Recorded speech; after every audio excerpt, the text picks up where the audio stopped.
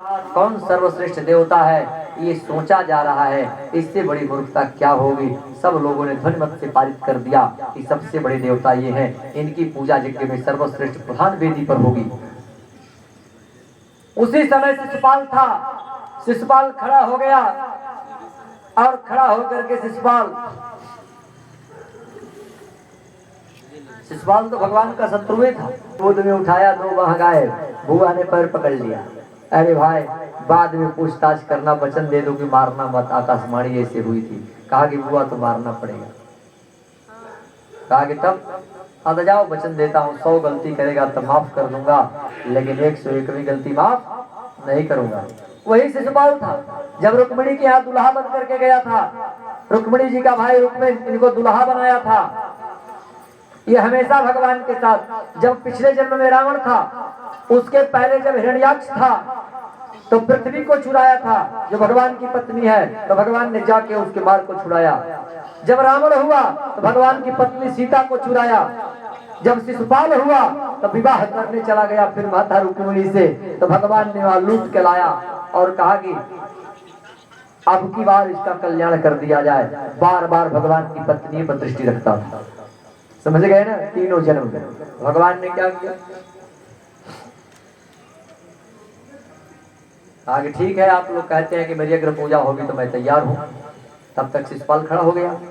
शिशुपाल कह रहा है, भगवान को गाली देने लगा। भीष्म पितामह खड़े हुए, अभी उस समय थे, अभी महाभारत का युद्ध नहीं हुआ था। भगवान भीष्म पितामह खड़े हुए, कहा कि शिशुपाल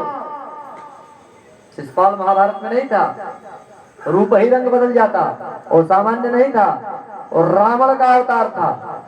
समझ गए ना, हलचल कर देता वो सामान्य में गुंधा तोड़ दे, गदा लेके छरियाए लगे। भगवान कहेंगे भीम भैया, पितामह को मैंने मना किया, अभी आपको चेतना नहीं आई, बैठ जाइए। बैठे सब अक्का बक्का, ये क्या हो रहा है, गाली दे रहा है। 99 गाली दिया, भगवान खड़े हो गए। भगवान कहे शिशुपाल 100 गाली माफ करूंगा, ये तुमको बता देता हूं कि तुम्हारी माँ ये नहीं कहेगी कि मैंने धोखा देके मारा। मैं धोखा देके नहीं मारूंगा।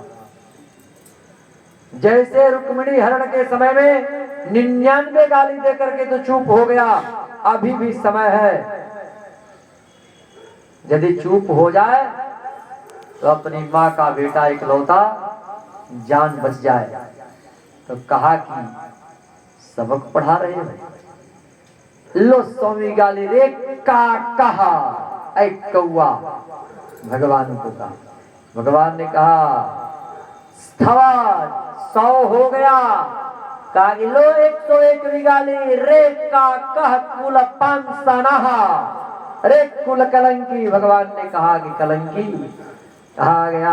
सौदर्शनम महदिव्यम मनसाज्ञाम चकारः।